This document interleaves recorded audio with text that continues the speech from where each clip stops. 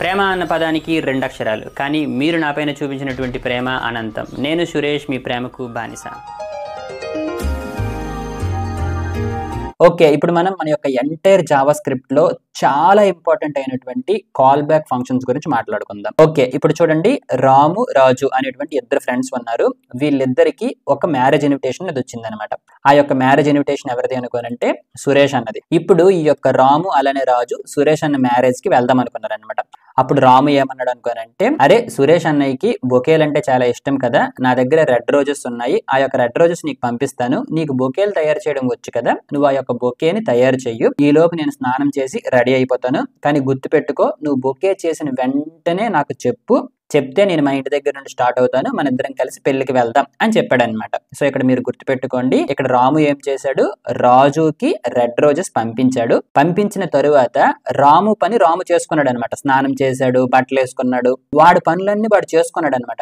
ఎందుకోసం అనుకోనంటే, రాముకి రాజు మీద ఉన్నటువంటి నమ్మకం. ఆ నమ్మకం ఏంటి, రాము రాజుకి ఏం చెప్పాడు, నువ్వు బొకేని తయారు చేసిన తరువాత నాకు చెప్పు అని చెప్పాడు అనమాట. అంతే కదా, కాల్ చేసి చెప్పమని చెప్పాడు. సో కాల్ చేసి చెప్తే ఆ తర్వాత రాము స్టార్ట్ అయిపోతాడు అనమాట. సరే, ఇప్పటి వరకు మనం మాట్లాడుకున్నటువంటి సురేష్ అన్న పెళ్లి గురించి ఒక ప్రోగ్రామ్ ని క్రియేట్ చేద్దాం. ఓకే, ఇప్పుడు ఆ యొక్క ప్రోగ్రామ్ ని నేను క్రియేట్ చేసి అసలు ఈ యొక్క కాల్ బ్యాక్ ఫంక్షన్స్ ఏంటి అనేది ఎక్స్ప్లెయిన్ చేస్తాను. ఓకే, మన యొక్క ఎంటీ ప్లేస్ ఉంది కదా, ఇక్కడ రైట్ క్లిక్ చేస్తున్నాను, న్యూ ఫోల్డర్ మీద క్లిక్ చేశాను అనమాట. ఓకే, ఏం చేస్తున్నాను, కాల్ బ్యాక్ ఫంక్షన్స్ అనేది ఒక ప్రాజెక్ట్ ని క్రియేట్ చేశాను అనమాట. ఓకే, ఇందులో మనకి ఏమీ లేవు కదా, సింపుల్ గా ఒక HTML ఫైల్ పెడుతున్నాను, index.html. ఇందులో సింపుల్ గా ఒక టెంప్లెట్ ని రాశాను. ఇక్కడ టైటిల్ వచ్చేసి కాల్ బ్యాక్ ఫంక్షన్స్ అని రాశాను అనమాట. ఓకే, మన యొక్క బాడీలో ఏం చేస్తాను అనుకోనంటే, మన యొక్క స్క్రిప్ట్ ఫైల్ పెడతాను. దానికన్నా ముందు ఇక్కడ జస్ట్ script.js అని రాశాను అనమాట. ఓకే, ఇక్కడ ఆ యొక్క స్క్రిప్ట్ ని యాడ్ చేసేస్తాను, స్క్రిప్ట్ src script.js అనమాట. ఓకేనా, సరే ఇప్పుడు ఏం చేద్దాం, జస్ట్ ఈ యొక్క script.js లో మన యొక్క సురేష్ అన్న పెళ్లికి సంబంధించినటువంటి ఒక ఆబ్జెక్ట్ ని క్రియేట్ చేస్తాను, మీరు చూడండి. ఓకేనా, సింపుల్ గా ఏం రాస్తాను అనుకోనంటే, సురేష్ అన్న పెళ్లి అని చెప్పేసి ఒక ఆబ్జెక్ట్ ని క్రియేట్ చేస్తున్నాను. ఓకే, ఫర్ ఎగ్జాంపుల్ పెళ్లి యొక్క డేట్ వచ్చేసి ఫర్ ఎగ్జాంపుల్ 13/4/2025 అనుకుందాం. ఓకేనా, అలానే అడ్రస్ అనుకుందాం ఫర్ ఎగ్జాంపుల్. ఓకే, అడ్రస్ వచ్చేసి ఇంకొక ఆబ్జెక్ట్ ని క్రియేట్ చేస్తున్నాను. ఓకే, అడ్రస్ యొక్క సిటీ, ఓకే ఏ ఊర్లో అవుతుంది అనుకోనంటే ఫర్ ఎగ్జాంపుల్ పలాస అని రాశాను. అలానే డిస్ట్రిక్ట్ వచ్చేసి శ్రీకాకుళం అని రాశాను అనమాట. ఓకేనా, సరే ఇక్కడ వరకు బాగానే ఉంది. అయితే ఇది సురేష్ అన్న పెళ్లికి సంబంధించినటువంటి కొంత ఇన్ఫర్మేషన్. ఇప్పుడేంటి, మన యొక్క రాము రాజుకి రెడ్ రోజెస్ ని పంపించాడు అనమాట. సో పంపించిన తరువాత రాజు ఈ యొక్క బొకే చేసిన తర్వాత కాల్ కోసం వెయిట్ చేస్తున్నాడు, అంతే కదా. ఆ విధంగా కాల్ వచ్చిన తర్వాత ఇంటి దగ్గర నుంచి బయలుదేరుతాడు అనమాట. సరే, ఇప్పుడు నేను ఏం చేస్తాను అనుకోనంటే, ఈ యొక్క ఆబ్జెక్ట్ లో ఒక ఫంక్షన్ రాస్తాను అనమాట. ఓకేనా, waiting for gift packing status అని చెప్పేసి. ఎందుకోసం అనుకోనంటే, రాజు ఈ యొక్క బొకే తయారు చేసి గిఫ్ట్ ప్యాకింగ్ చేసేసాడా లేదా, అతని యొక్క కాల్ కోసం మనం వెయిట్ చేస్తున్నాం, అంతే కదా. సో అందుకోసం సింపుల్ గా waiting for gift packing status అని చెప్పేసి ఒక ఫంక్షన్ రాశాను అనమాట. ఓకేనా, జస్ట్ ఈ విధంగా ఒక ఫంక్షన్ ఇలా రాశాను అనమాట. ఓకేనా, సరే ఇప్పుడు చూడండి, ఈ యొక్క ఆబ్జెక్ట్ లో ఉన్నటువంటి ఈ యొక్క ఫంక్షన్ ని మన యొక్క రాము కాల్ చేస్తాడు అనమాట. ఏమని, ఈ విధంగా కాల్ చేస్తాడు అనమాట. ఓకేనా, సో ఏమీ లేదు, ఇప్పుడు మీకు రాస్తే అర్థమవుతుంది. ఇప్పుడు మన యొక్క రాము ఏం పంపించాడు, రెడ్ రోజెస్ ని పంపించాడు. ఓకే, రెడ్ రోజెస్ ని పంపించాడు అనమాట. ఓకే, ఈ విధంగా ఒక స్ట్రింగ్ లో పంపించాను. ఇప్పుడు మనం ఏం చేసాము, waiting for gift packing status అన్నటువంటి మెథడ్ ని కాల్ చేసాం. ఈ యొక్క మెథడ్ ఎక్కడ ఉంది, ఈ యొక్క ఆబ్జెక్ట్ లో ఉంది. ఓకే, ఈ యొక్క మెథడ్కి మనం ఒక స్ట్రింగ్ ని పంపించాం కదా, ఆ విధంగా పంపించినటువంటి స్ట్రింగ్ అనేది ఇక్కడ మనం రిసీవ్ చేసుకోవాలి కదా. సో రిసీవ్ చేసుకోవడం కోసం ఇక్కడ ఒక వేరియబుల్ నేను క్రియేట్ చేస్తున్నాను అనమాట. ఓకేనా, ఫర్ ఎగ్జాంపుల్ ఫ్లవర్స్ అని చెప్పేసి ఒక వేరియబుల్ ఇచ్చాను అనమాట. ఓకేనా, ఇప్పుడు ఏం జరుగుతుంది, ఈ యొక్క రెడ్ రోజెస్ అనేవి ఇక్కడికి వెళ్తాయి. ఇప్పుడు ఈ యొక్క ఫ్లవర్స్ ని ఉపయోగించి రాజు ఏం చేస్తాడు, బొకేని తయారు చేస్తాడు. ఓకే, ఈ యొక్క బొకే తయారు చేయడానికి కొంత సమయం పడుతుంది, అంతే కదా, ఒక 15 నిమిషాలు ఒక 20 నిమిషాలు పడుతుంది. ఆ యొక్క టైంలో ఏం చేస్తాడు మన యొక్క రాము, వాడి యొక్క పనులన్నీ చూసుకుంటాడు. అయితే ఇక్కడ రాజు ఈ యొక్క బొకే తయారు చేయడానికి ఎంత టైం పడుతుందో రాముకు తెలియదు కదా. సో అందుకోసమే రాము దేనికోసం వెయిట్ చేస్తున్నాడు, రాజు దగ్గర నుంచి కాల్ కోసం వెయిట్ చేస్తున్నాడు. ఓకే, అదొక్కటి మీరు జస్ట్ గుర్తుపెట్టుకోండి. సరే, ఇప్పుడు సింపుల్గా ఒక console.log రాస్తున్నాను. ఏమని ఇలా రాస్తున్నాను అనమాట. ఓకే, ప్రిపేరింగ్ బొకే అని చెప్పేసి. ఓకే, బొకే స్పెల్లింగ్ నాకు కరెక్ట్గా గుర్తులేదు, ఈ విధంగా రాసాను. సరే, ఇప్పుడు చేద్దాం. ఇప్పుడు ఏం చేద్దాం అనుకోనంటే బొకే యూజింగ్ ఈ యొక్క ఫ్లవర్స్. ఓకే, మనకి ఇక్కడ ఏ అయితే ఫ్లవర్స్ అయితే వచ్చాయో అది ఇక్కడ పెట్టేశాను అనమాట. సో ఇప్పుడు ఏం జరుగుతుంది, మనం ఈ యొక్క ఫంక్షన్ని లేదా ఈ యొక్క మెథడ్ని కాల్ చేసాం, ఈ యొక్క రెడ్ రోజెస్ని ఇక్కడికి పంపించాం, ఇక్కడ ప్రిపరేషన్ అనేది జరుగుతుంది. అంటే మన యొక్క రాజు వచ్చేసి బొకేని ప్రిపేర్ చేస్తున్నాడు. సో బొకే ప్రిపరేషన్ అయిపోయిన తర్వాత ఏం చేస్తాడు, మన యొక్క రాముకు చెప్తాడు. ఫర్ ఎగ్జాంపుల్ ఈ విధంగా రిటర్న్ చేస్తున్నాడు అని అనుకుందాం, కంప్లీటెడ్ రా అని చెప్పేసి ఈ విధంగా పంపించాడు అనుకుందాం. సో ఇప్పుడు ఏం పంపించాడు, ఒక స్ట్రింగ్ని పంపించాడు. సో ఈ విధంగా పంపించినటువంటి స్ట్రింగ్ని మనం ఇక్కడ ఒక రిజల్ట్లో పెట్టుకోవచ్చు. ఫర్ ఎగ్జాంపుల్ రిజల్ట్ అనుకుందాం, లేదా ఫర్ ఎగ్జాంపుల్ స్టేటస్ అనుకుందాం. ఓకేనా, సో ఇప్పుడు ఏం చేస్తున్నాను, జస్ట్ దీనిని ప్రింట్ చేస్తున్నాను. ఓకే, సారీ, స్టేటస్ బార్ అని వచ్చింది. Okay, status. ఓకే, స్టేటస్ అనేది వాడకూడదా, స్టేటస్ ఈజ్ డిప్రికేటెడ్ అంట. ఓకేనా, సరే ఇంకొకటి మనం వాడదాం. ఫర్ ఎగ్జాంపుల్ రిజల్ట్ అని అనుకుందాం. ఓకేనా, ఈ యొక్క రిజల్ట్ని ఇక్కడ వాడుతున్నాను. ఓకే, ఇప్పుడు ఒక్కసారి ఈ యొక్క ప్రోగ్రామ్ని రన్ చేస్తున్నాను. మన యొక్క డెవలపర్ కన్సోల్ ఓపెన్ చేశాను. ఓకేనా, ఇప్పుడు ఏం జరుగుతుంది చూసారా, preparing bouquet using red roses. అంతే కదా, మనం ఈ యొక్క మెథడ్ని కాల్ చేసినప్పుడు ఈ యొక్క రెడ్ రోజెస్ని పంపించాం. ఓకే, జస్ట్ ఒకసారి ఆగండి, వర్డ్ డ్రైప్ చేశాను.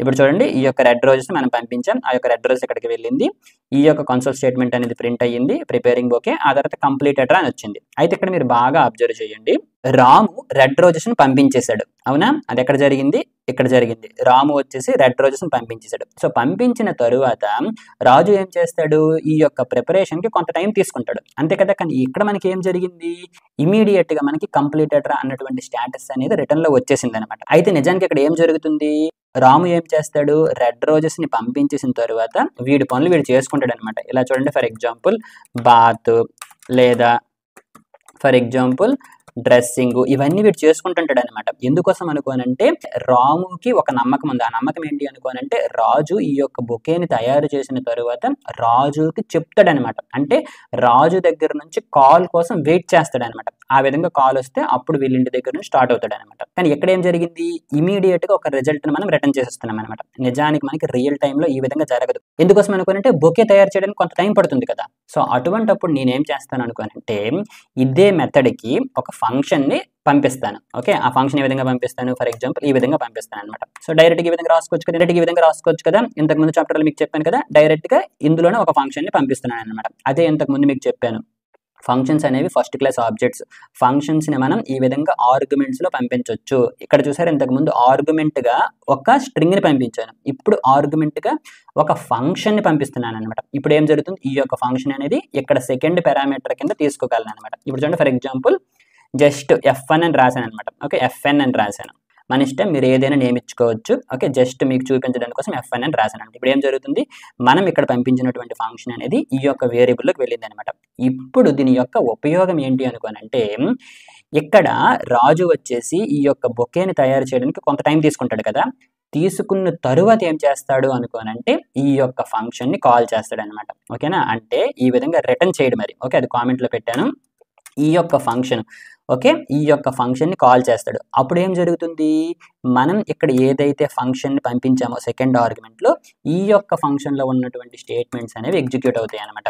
ఏమని, will come to your home, we both will go అని చెప్పేసి. ఓకే, ఏం కన్ఫ్యూజన్ లేదు, జస్ట్ అబ్జర్వ్ చేయండి. ఏం జరిగింది అనుకోనంటే, రాము ఏం చేశాడు, ఫస్ట్ థింగ్ వచ్చేసి రెడ్ రోజెస్ని పంపించాడు, అలానే ఒక ఫంక్షన్ని పంపించాడు అనమాట.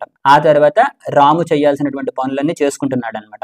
ఎందుకోసం అనుకోనంటే, రాముకు ఉన్నటువంటి నమ్మకం ఏంటి అనుకోనంటే, రాము ఒక ఫంక్షన్ని పంపించాడు కదా, ఈ యొక్క ఫంక్షన్నే రాజు తన యొక్క బొకే ప్రిపరేషన్ అయిపోయిన తరువాత కాల్ చేస్తాడనమాట. ఏమని చేస్తాడు, ఈ యొక్క ఫంక్షన్ని కాల్ చేసినప్పుడు ఫర్ ఎగ్జాంపుల్ ఒక స్టేటస్ని పంపించడం అనుకోండి, ఫర్ ఎగ్జాంపుల్ కంప్లీటెడ్ అని పంపించడం అనుకోండి. ఇప్పుడు ఏం జరిగింది, మనం ఒక ఫంక్షన్ని ఎక్కడికి పంపించాము, ఆ యొక్క ఫంక్షన్ని కాల్ చేస్తున్నాము. సో ఈ యొక్క ఫంక్షన్ని కాల్ చేసినప్పుడు ఒక మెసేజ్ని మనం పంపించాం కదా, ఈ యొక్క మెసేజ్ని ఇక్కడ మనం యాక్సెస్ చేసుకోవాలనుకోండి, ఏం చేయొచ్చు, ఇక్కడ ఒక వేరియబుల్ని క్రియేట్ చేసుకుంటాం. అంతే కదా. సో ఇప్పుడు ఏం జరిగింది, ఈ యొక్క ఫంక్షన్ని ఎక్కడికి పంపించాము, ఈ విధంగా పంపించినటువంటి ఫంక్షన్ని మన దగ్గర ఉన్నటువంటి ఆపరేషన్ అనేది కంప్లీట్ అయిపోయిన తర్వాత కాల్ చేస్తున్నాం. అప్పుడు ఏం జరుగుతుంది, ఇక్కడ మనం పంపించినటువంటి ఈ వాల్యూ అనేది ఇక్కడికి వచ్చింది అనమాట. సో ఇప్పుడు దీనిని ఇక్కడ నేను ప్రింట్ చేస్తున్నాను ఇలా.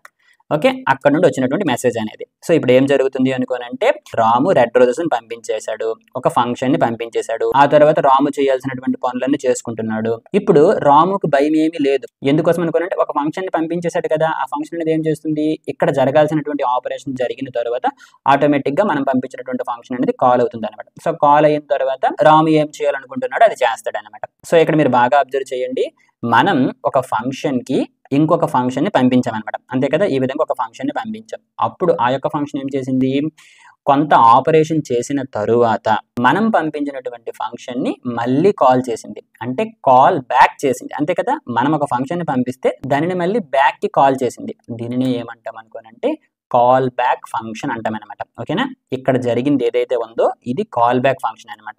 ఓకేనా, సో గుర్తుపెట్టుకోండి, a call back function in JavaScript is a function passed as an argument. ఇక్కడ మనకు అదే జరిగింది కదా, ఈ యొక్క ఫంక్షన్ ని ఒక ఆర్గ్యుమెంట్ రూపంలో పంపించాం. Passed as an argument to another function which is then executed later by that function.